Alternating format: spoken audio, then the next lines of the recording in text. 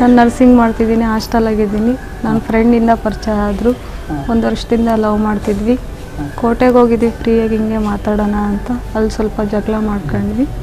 ಸ್ಲಿಪ್ಪಾಗಿ ಹಿಂಗೆ ಜಗಳ ಆಡಬೇಕಾದ್ರೆ ಬಿದ್ದಿವಿ. ನೆನಪಿಲ್ಲ ಬಿದ್ದಿದ್ದು ಅಷ್ಟೆ. ಚೆನ್ನಾಗೂ ನೋಡ್ಕೋಬೇಕು, ನೋಡ್ಕೊಳ್ಳೋದು ತಾನೆ. ಎಲ್ಲರ ಹತ್ರನೂ ಚೆನ್ನಾಗಿರ್ಬೇಕು ಹೊಂದಾಣಿಕೆಯಿಂದ. ಮುಂದೆ ಅವನು ಯಾವುದು ತೊಂದರೆ ಮಾಡಬಾರ್ದು. ಇಷ್ಟಪಟ್ಟಿದ್ವಲ್ಲ, ಅದಕ್ಕೋಸ್ಕರ ನಾವು ಇವತ್ತು ಮದುವೆ ಆಗಿದ್ವಿ. ಖುಷಿ ಆಗ್ತೈತೆ. ಮುಂದೆ ಚೆನ್ನಾಗಿ ನೋಡ್ಕೋಬೇಕು ಅಂತ ಅಂದ್ಕೊಂಡಿದ್ದೀನಿ.